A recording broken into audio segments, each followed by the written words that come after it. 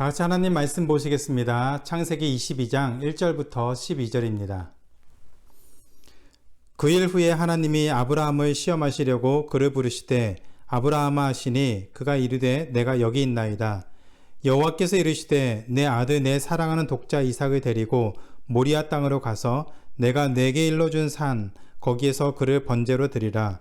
아브라함이 아침에 일찍 일어나 나귀의 안장을 지우고 두 종과 그의 아들 이삭을 데리고 번제에 쓸 나무를 쪼개어 가지고 떠나 하나님이 자기에게 일러주신 곳으로 가더니 제3일에 아브라함이 눈을 들어 그곳을 멀리 바라본지라. 이에 아브라함이 종들에게 이르되 너희는 나귀와 함께 여기서 기다리라. 내가 아이와 함께 저기 가서 예배하고 우리가 너희에게로 돌아오리라 하고 아브라함이 이에 번제 나무를 가져다가 그의 아들 이삭에게 지우고 자기는 불과 칼을 손에 들고 두 사람이 동행하더니 이삭이 그 아버지 아브라함에게 말하여 이르되 내 아버지여 하니 그가 이르되 내 아들아 내가 여기 있노라. 이삭이 이르되 불과 나무는 있거니와 번제할 어린 양은 어디 있나이까. 아브라함이 이르되 내 아들아 번제할 어린 양은 하나님이 자기를 위하여 친히 준비하시리라 하고 두 사람이 함께 나아가서 하나님이 그에게 일러주신 곳에 이른지라. 이에 아브라함이 그곳에 제단을 쌓고 나무를 버려놓고 그의 아들 이삭을 결박하여 제단 나무 위에 놓고 손을 내밀어 칼을 잡고 그 아들을 잡으려 하니 여호와의 사자가 하늘로부터 그를 불러 이르시되 아브라함아 아브라함아 하시는지라. 아브라함이 이르되 내가 여기 있나이다 하매 사자가 이르시되 그 아이에게 내 손을 대지 말라. 그에게 아무 일도 하지 말라. 내가 내 아들 내 독자까지도 내게 아끼지 아니하였으니 내가 이제야 내가 하나님을 경외하는 줄을 아노라. 아멘.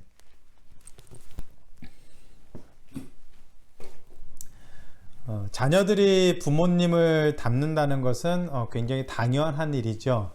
유전적으로도 당연하고 태어나면서부터 특별히 어린 시절에 부모님과 많은 시간들을 함께 보내면서 부모님의 모습들을 보게 되고 또 닮게 되고 따라하게 됩니다.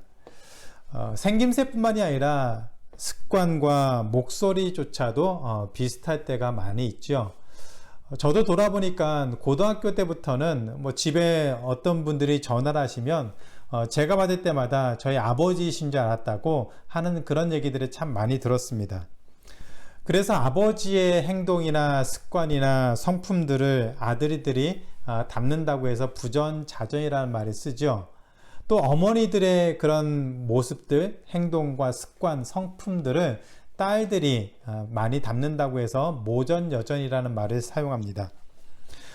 여러분의 자녀들을 보면서 또 아니면 여러분의 부모님을 보면서 많이 공감하시죠. 부모님을 참 많이 닮았다. 또 우리 자녀들이 부모를 참 많이 닮았다. 그런 생각들을 많이 하실 것 같습니다. 이처럼 부모님을 닮은 자신의 모습, 또 우리 자녀들이 또 부모님의 모습을 닮은 것들을 보면서 만족하십니까?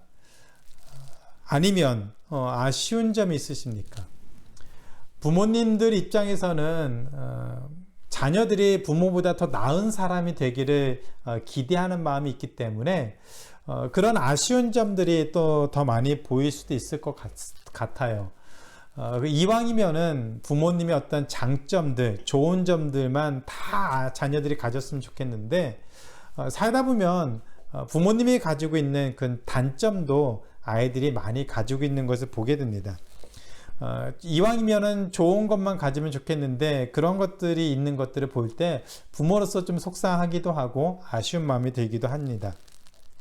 그런데 이런 것을 다 떠나서 장점을 가질 수도 있고 단점을 가질 수도 있는데 이런 것을 다 떠나서 저에게는 한 가지 소원하는 것이 있습니다.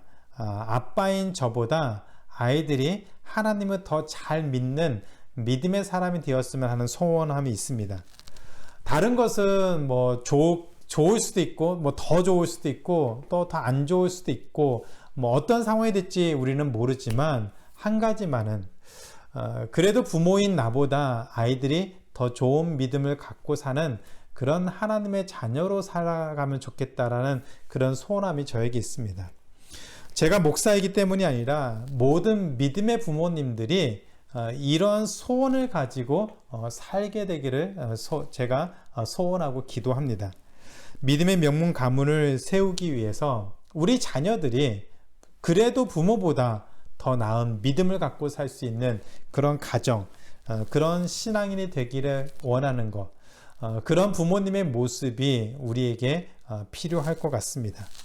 그렇다면 어떻게 해야 우리 자녀들이 부모보다 더 나은 신앙을, 또 하나님이 기뻐하시는 믿음의 자녀로서 이 땅을 살아갈 수 있는지 오늘 말씀을 통해서 함께 살펴보려고 합니다.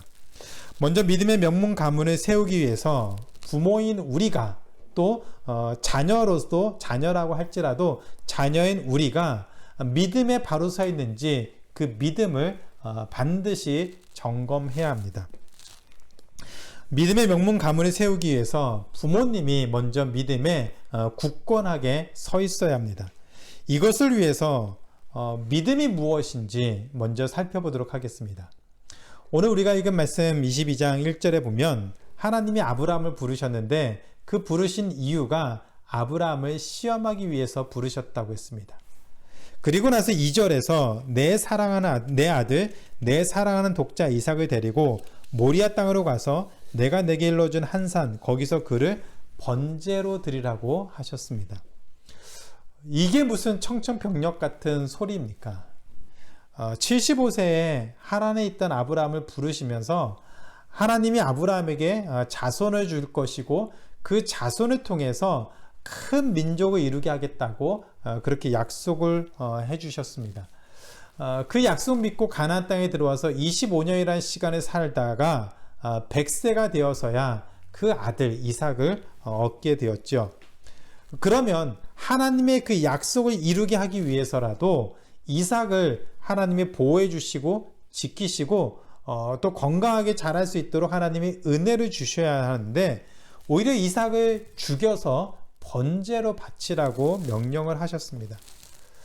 게다가 하나님이 이때 사용한 그런 표현들, 내 아들, 내 사랑하는 독자 이삭을 번제로 바치라고 했는데 그때 표현한 이 표현들을 보면 아브라함에게 이 이삭이 어떤 존재였는지, 어떤 의미였는지, 어떤 삶의 비중을 차지하고 있는지 하나님이 정확하게 아신다는 것을 보여주죠.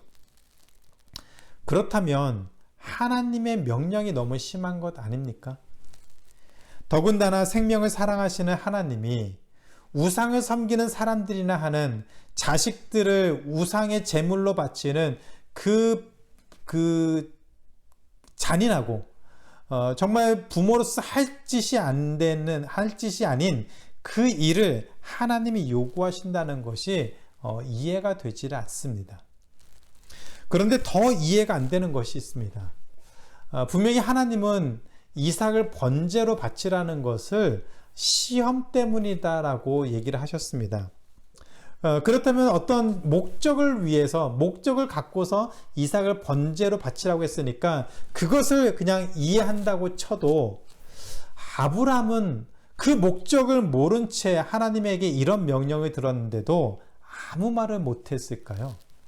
왜 부모로서 그렇게 자식을 번제로 죽일 수가 없다고, 번제로 드릴 수가 없다고 왜 하소연하고 하나님 앞에 울부짖으며 그 명령을 취소해달라고 얘기를 하지 않았을까요? 그뿐이 아닙니다. 아브라함은 그 다음날, 하나님이 그런 명령을 내린 그 다음날 일찍 일어나서 번제에 쓸 나무까지 직접 쪼개었습니다. 그리고 이삭을 데리고 하나님이 알려주신 모리아 땅으로 향했습니다. 4절에 보니까 이 모리아 땅까지 3일이라는 시간이 걸렸다라고 얘기를 합니다. 3일이라는 시간은 결코 짧은 시간이 아닙니다. 만약에 저나 또 우리 부모님 같은 경우라면 아마 반나절도 못 가서 마음 바꾸고 나 도저히 못하겠어, 도저히 죽일 수 없어, 도저히 번제를 드릴 수 없어 하고 그냥 집으로 가버렸을 것 같은데 3일이라는 시간 동안 아브라함은 그 마음이 바뀌질 않았습니다. 그리고 산 밑에 종들을 남겨두고 이삭과 단둘이 모리아산으로 올라갔습니다. 한참 올라가는 중에 이삭이 아브라함에게 이렇게 물어보죠. 7절에 보니까 불과 나무는 있는데 번제로 드릴 어린 양은 어디 있습니까? 라고 물었습니다. 정곡을 찌른 것이죠. 아브라함이 가지고 있는 가장 아픈 부분을 건드렸습니다. 그런데 아브라함이 8절에서 이렇게 얘기합니다. 아브라함이 이르되 내 아들아 번제할 어린 양은 하나님이 자기를 위하여 친히 준비하시리라고 말했습니다. 아마 아브라함이 얘기했던 그 번제할 어린 양은 이삭을 염두에 두고 얘기를 한 것 같습니다. 그리고 드디어 하나님이 일러주신 곳에 도착했습니다. 그곳에 제단을 쌓고 나무로 그 위에 두르고 갑자기 아브라함은 이삭을 결박해서 묶고 그리고 번제단 위에 이삭을 올려놓았습니다. 그리고 칼을 잡고 이삭을 향해 이삭을 죽이려고 했습니다. 이 모든 시간과 순서와 이런 과정들이 한치의 주춤거리거나 망설임 없이 진행이 되었습니다. 정말로 아브라함은 이삭을 죽이려고 했고 어쩌면 아니라 확실하게 아브라함은 이미 마음속에 이삭을 죽였습니다. 그때 하나님이 갑자기 나타나셔서 아브라함아 아브라함아 다급하게 부르시면서 아브라함으로 하여금 이삭을 죽이지 말라고 말씀하셨습니다. 그리고 나서 22장 12절에 보니까 하나님이 이렇게 말씀하시죠. 그 아이에게 내 손을 대지 말라. 그에게 아무 일도 하지 말라. 내가 내 아들 내 독자까지도 내게 아끼지 아니하였으니 내가 이제야 내가 하나님을 경외하는 줄을 아노라. 하나님의 시험은 하나님이 테스트하고 싶었던 것은 이삭을 번제로 바치라고 하는 그 명령을 통해서 아브라함이 하나님을 경외하는지 정말로 경외하는지 그것을 확인하고 싶으셨다고 얘기를 합니다. 그리고 실제로 아브라함은 이삭을 번제로 바치려고 하는 그 순간까지 가면서 하나님의 시험을 최종적으로 통과했습니다. 그렇다면 어떻게 해서 아브라함은 이삭을 정말로 죽이려고 하면서까지 하나님을 경외하는 그 시험을 통과할 수 있었을까요? 웬만한 부모들이라면 절대로 엄두도 내지 못할 자식을 죽여서 번제로 드리라고 하는 그 명령에 순종하는 것조차 생각하지 못하는 우리들에게 우리과 같은 그런 사람들과 반대로 어떻게 해서 아브라함은 이삭을 번제로 드릴 그 자리에까지 나아갈 수 있었을까요? 히브리서는 하나님에 대한 믿음 때문에 아브라함이 이삭을 번제로 바쳤다고 얘기를 하고 있습니다. 아브라함의 믿음이 하나님을 경외하는 시험을 통과하도록 만든 것이죠. 히브리서 11장 17절 이하에 보면 그 상황을 아브라함 믿음을 이렇게 얘기를 하고 있습니다. 아브라함은 시험을 받을 때에 믿음으로 이삭을 드렸으니 그는 약속들을 받은 자로 돼 그 외아들을 드렸느니라. 그에게 이미 말씀하시기를 내 자손이라 칭할 자는 이삭으로 말미암음이라 하셨으니 그가 하나님이 능히 이삭을 죽은 자 가운데서 다시 살리실 줄로 생각한지라. 비유컨대 그를 죽은 자 가운데서 도로 받은 것이니라. 하나님에 대한 믿음이 없었다면 아브라함은 이삭을 번제로 드리지 못했겠죠. 그런데 그 믿음의 내용이 그 다음에 나옵니다. 하나님이 능히 이삭을 죽은 자 가운데서 다시 살리실 줄로 생각한지라. 하나님이 이삭을 죽은 다음에 살리실 것을 아브라함이 믿었다라고 얘기를 하고 있습니다. 하나님이 이삭을 번제로 바치라고 했을 때 아브라함이 이삭을 죽여서 번제로 바치었을 때 하나님이 그 죽은 이삭을 살리실 것을 아브라함은 정말로 믿었다라고 얘기를 하고 있습니다. 그렇다면 어떻게 아브라함은 이런 믿음을 갖게 되었을까요? 정말 죽은 자를 살리신다고 하는 그 하나님을 믿는 자리에까지 나아갈 수 있었을까요? 어떻게 해야 우리도 아브라함처럼 그 믿음의 깊이와 경지에 이르며 하나님을 섬기며 살아갈 수 있을까요? 하나님이 죽은 자도 살릴 수 있다는 믿음을 가질 수 있었던 이유는, 아브라함이 그런 믿음을 가질 수 있었던 이유는 언약을 이루시는 하나님, 약속을 성취하시는 하나님의 그 열심을 아브라함이 경험했기 때문입니다. 약속에 신실하신 하나님의 그 열심을 아브라함이 직접 경험했기 때문에 아브라함은 그 믿음을 갖게 되었습니다. 하나님이 하란에서 아브라함을 부르실 때 아브라함에게 자손을 주시고 그 자손을 통해서 큰 민족을 이루겠다고 약속하셨습니다. 그리고 가나안 땅에서도 하나님의 그 약속을 확인시켜 주시고 백세해 주신 아들이 바로 이삭이었죠. 그런데 어느 날 하나님이 그 이삭을 번제로 바치라고 했을 때, 이때 아브라함이 그 마음속에 무슨 생각을 했을까요? 처음에는 분명히 자기 귀를 의심하고 참 황당하기도 하고 당황하기도 했을 수도 있을 것 같아요. 아닐 수도 있지만 그랬을 것 같습니다. 그런데 하나님이 언약을 이루시는 분이시기 때문에 하나님의 명령에 순종해서 이삭을 죽이고 번제로 바쳐도 그 약속에 필요한 이삭을 하나님이 다시 살리실 것을 아브라함이 분명히 생각하고 믿었다는 말입니다. 이삭을 번제로 바치는 것은 정말 힘든 일이지만 하나님의 약속 때문에 하나님이 이삭을 반드시 살리실 것을 아브라함이 믿었다고 얘기를 하고 있습니다. 굉장히 흥미로운 점입니다. 하나님의 약속은 이삭을 통해서 큰 민족을 이루는 것이었습니다. 만약 아브라함이 하나님의 명령에 순종해서 이삭을 죽이고 번제로 드렸는데 하나님이 이삭을 살리셔야 하나님의 약속이 성취되는 것이죠. 그런데 만약 하나님이 이삭을 죽이라고 해서 이삭을 죽였는데 그 죽은 이삭을 하나님이 살리지 못하면 어떻게 될까요? 어떤 일이 생길까요? 창세기 15장에서 하나님이 아브라함과 언약을 맺으시는데 독특한 모습으로 언약을 맺으십니다. 짐승을 죽여서 반으로 쪼개놓고 보통은 언약을 맺은 당사자들이 두 사람이 손을 잡고 그 길을 지나가고 계약을 체결하는데 이때는 하나님이 홀로 그 죽은 짐승 사이를 지나가셨습니다. 그리고 언약을 체결하셨습니다. 그것이 무슨 의미냐면 만약에 아브라함에게 주셨던 하나님의 이 언약을 하나님이 지키지 못하면 하나님이 이 죽은 짐승처럼 죽겠다, 그렇게 하나님을 죽여도 된다라고 하는 그런 약속을 주신 것이죠. 그래서 하나님은 그 약속, 아브라함에게 주셨던 그 언약을 이루기 위해서, 성취하기 위해서 아브라함을 지키시고 사라를 지키시고 그들을 여러 열강들의 그 위협 속에서 그 생명과 그 삶을 지키시고 그리고 약속의 아들로서 이삭을 아브라함에게 주셨습니다.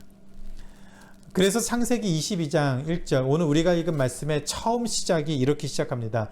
이 모든 일 후에 아브라함이 하나님의 능력과 약속의 신실하심을 경험한 뒤에 하나님의 약속을 이루시기 위해서 아브라함의 모든 것을 지키시고 인도하시는 하나님의 그 능력을 경험한 뒤에 이삭을 번제로 바치라는 그 명령 때문에 하나님에 대한 아브라함의 믿음이 죽은 자도 살리시는 하나님에 대한 믿음으로 드러나게 되었다는 말이죠.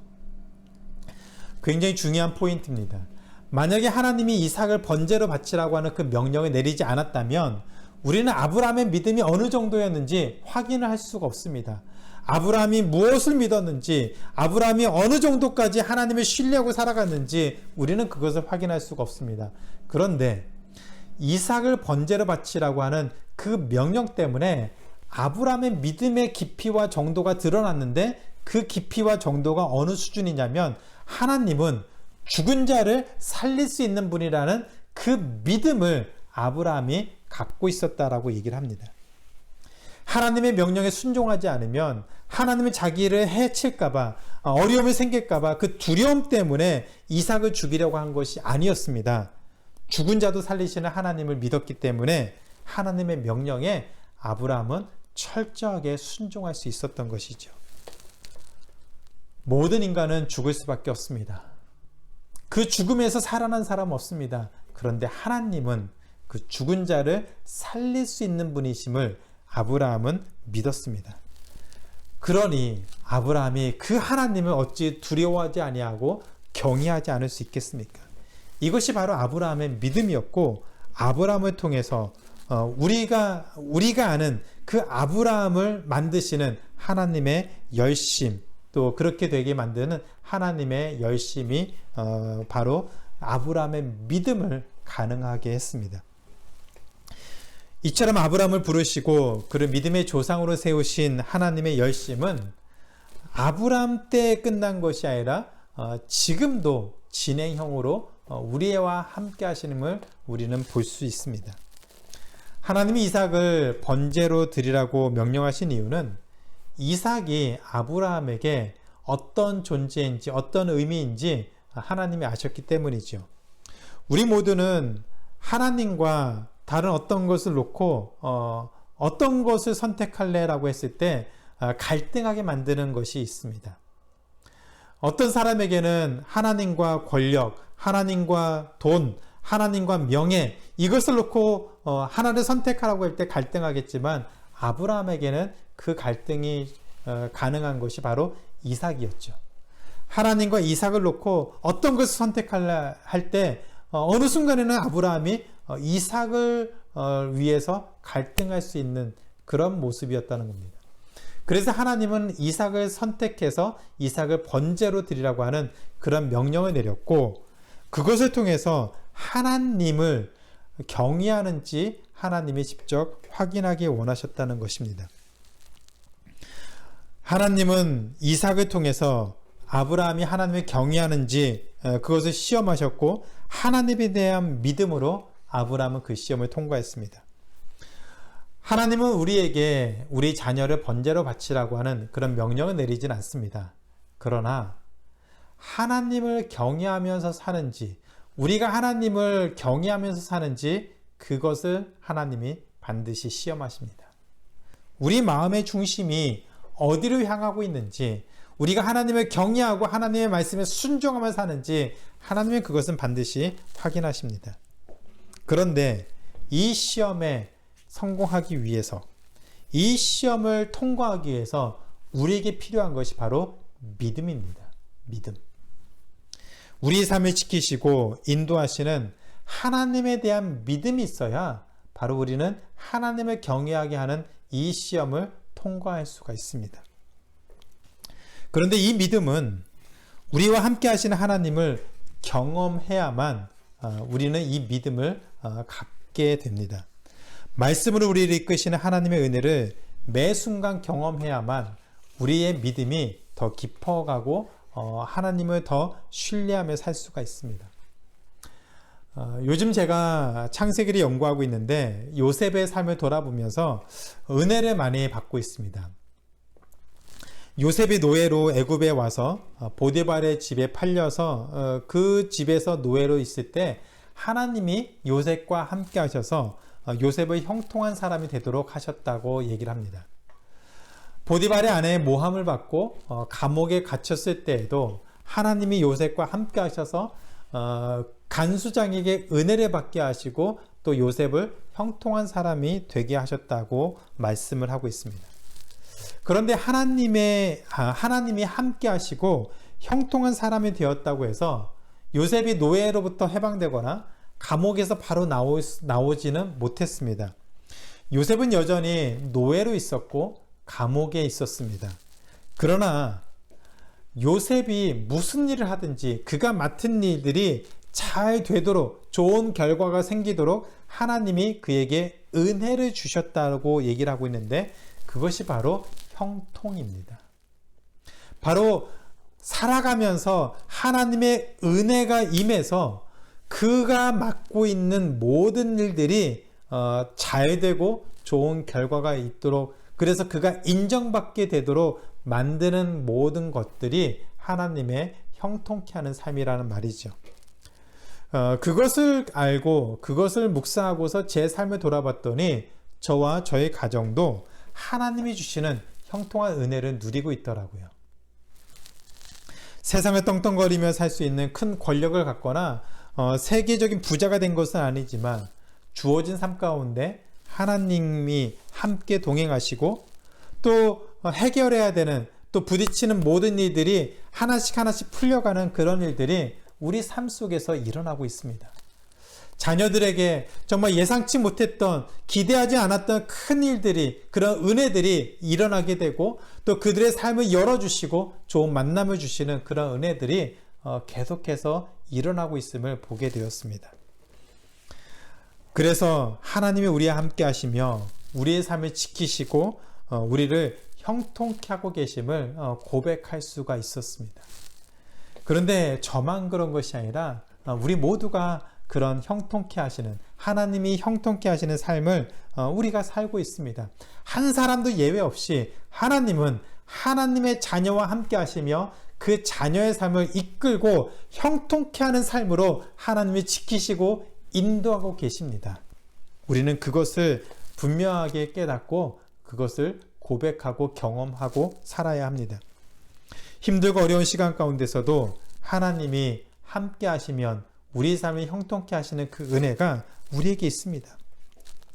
그것을 통해서 우리는 하나님이 살아계신 것과 또 우리에게 은혜 주심을 믿게 되는 것이죠.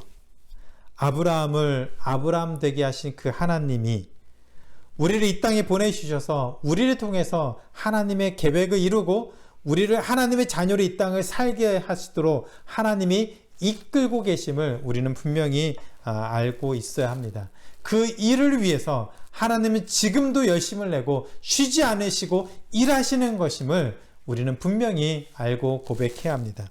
이 사실을 깨닫게 되고 경험하게 될 때 비로소 우리는 우리의 삶이 바뀌게 되는 것을 보게 되죠. 우리가 하나님을 믿는 그 믿음이 더욱더 깊어가고 견고하고 하나님을 신뢰하는 모습으로 살아갈 수가 있게 됩니다. 그래서 아브라함처럼 아브라함이 가졌던 그 믿음을 우리도 동일하게 갖고 고백할 수가 있습니다. 하나님은 죽은 자를 살리시는 하나님이심을 우리가 믿고 고백하며 나아갈 수가 있습니다. 하나님의 자녀로서 또 부모로서 이 믿음을 우리가 갖고 있어야 합니다. 혹시 오랫동안 신앙생활 하면서도 여전히 하나님이 어떤 분이신지 모르고 또 죽은 자를 살리신 하나님이 믿어지지 않는다면 이번 기회를 통해서 그런 우리 연약한 모습을 인정하고 하나님 앞에 긍휼을 구하고 하나님의 은혜를 구하는 자리로 나아가시면 어떻겠습니까? 하나님은 아브라함을 아브라함 되게 하신 분이신데 그 아브라함으로 하여금 죽은 자를 살리시는 하나님이심을 믿게 하신 분이신데 그 하나님께 나아가 하나님의 은혜를 구하고 하나님의 우리와 함께 하심을 우리가 믿음으로 고백하는 그 자리로 나아가게 해달라고 하나님께 기도하시기 바랍니다. 아브라함은 이방신을 섬기던 사람이었습니다. 그런 아브라함을 하나님이 부르셔서 그와 함께 하시고 은혜를 베풀어 주시고 그 삶을 지키시고 이끌어 가시면서 마침내 죽은 자를 살리시는 하나님이라고 하는 그 하나님을 믿는 그 믿음의 자리에까지 이르게 되었습니다. 아브라함이 그런 믿음을 갖게 되었다면 우리도 동일한 믿음을 더 큰 믿음을 갖고 살 수가 있습니다. 그것은 우리의 소원 때문이 아니라 하나님이 우리가 그런 믿음을 그런 큰 믿음을 그런 깊은 믿음을 갖고 살기를 하나님이 원하시고 하나님이 계획하시고 하나님이 기뻐하시기 때문이죠. 그래서 믿음이 약한 분들은 더 담대한 믿음을 달라고 하나님의 살아계심과 하나님의 은혜를 경험하면서 살도록 기도하시기 바라고 담대한 믿음을 갖고 계신 분은 그 믿음이 더 깊어가서 하나님을 향해서 흔들림 없는 그 믿음으로 주어진 삶을 살 수 있도록 기도하시기 바랍니다. 그리고 그 믿음을 여러분의 자녀 또는 여러분의 부모님과 꼭 나누면서 살게 되기를 기도합니다. 아브라함은 자신의 믿음을 하나님에 대한 자신의 믿음을 사랑하는 아들 이삭 그 이삭과 직접 나눴습니다. 자신이 어떻게 하나님을 믿는지 그 이삭을 번제로 삼으면서까지 하나님에 대한 믿음을 아브라함은 이삭에게 직접 보여줬습니다. 죽은 자를 살리시는 하나님을 믿는 그 아브라함의 믿음이 드러나는 그 순간이 바로 이삭에게는 자신이 죽을 수 있는 순간이었고, 그것을 바로 지켜본 사람이 바로 이삭이었습니다. 이삭으로서는 이 사건이 굉장히 충격적이고 정말 큰 두려움을 줄 수 있는 순간이었겠죠.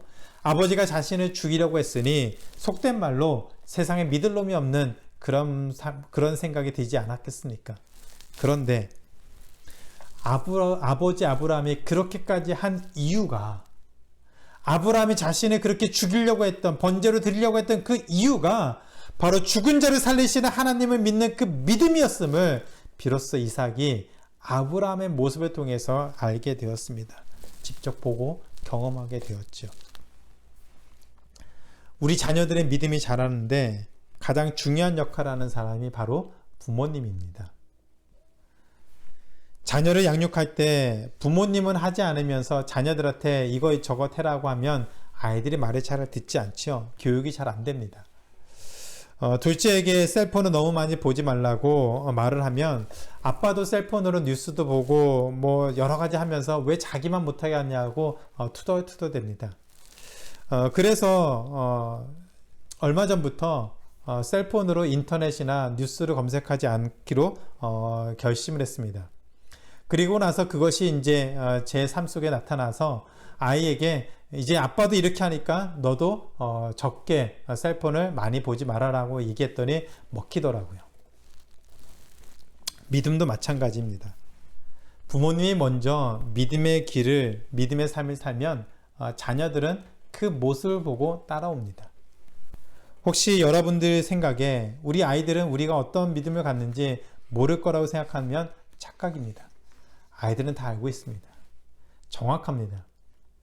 부모님이 어떻게 살아가는지, 부모님이 어떤 믿음을 갖고 있는지 정확하게 알고 있습니다. 다만 그것을 말하지 않을 뿐이죠.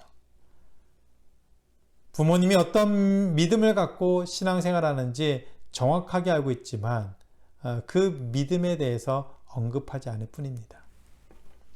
우리 자녀들은 부모님의 믿음을 정확하게 보고 판단하고 있습니다. 제가 처음에 했던 말처럼 우리 자녀들이 부모인 우리보다 더 좋은 믿음을 갖고 살기를 소원한다면, 우리 자녀들이 우리보다 더 좋은 믿음으로 하나님 앞에 서기를 소원한다면 우리가 먼저 믿음의 길을, 믿음의 삶을 살아야 합니다. 그리고 하나님의 말씀의 능력을 믿고 하나님이 우리와 함께 하심을 믿고 우리가 이 길을 걸어갈 때 비로소 그 믿음을 보고 우리 자녀들이 부모님을 따라올 수 있습니다. 야고보서 2장 21절 22절에서 야고보 사도가 이렇게 얘기를 하죠. 우리 조상 아브라함이 그 아들 이삭을 제단에 바칠 때에 행함으로 의롭다 하심을 받은 것이 아니냐. 내가 보거니와 믿음이 그의 행함과 함께 일하고 행함으로 믿음이 온전하게 되었느니라. 그렇습니다. 믿음은 숨길 수 없습니다. 믿음은 감출 수 없습니다. 믿음은 반드시 드러납니다. 부모님의 그 믿음, 하나님이 향한 그 부모님의 믿음의 깊이와 정도와 그 믿음의 삶은 반드시 눈에 띄게 되어 있습니다. 그리고 그 모습을 우리 자녀들이 직접 경험하고 지켜봅니다. 그 믿음을 가장 가까이서 확인하는 사람이 가족이고 자녀들이죠. 자녀들과 함께 믿음의 명문 가문을 세우기를 원하시는 우리 하늘문 교회 성도님들, 하나님을 믿고 그 믿음의 삶으로 드러내고 살면 우리 자녀들이 우리의 그 길을 함께 따라가고 또 함께 하기를 원하고, 그래서 그 믿음이 대대손손 이어져 내려가는 믿음의 명문 가문을 세우게 될 줄로 믿습니다. 이 믿음의 길을 위해서, 이 믿음의 명문 가문을 세우기 위해서 우리가 먼저 하나님을 믿는 그 믿음을 견고하게 하고 하나님을 향해서 담대한 믿음을 갖고 나아갈 수 있는 우리 모두가 되기를 주님의 이름으로 축원합니다.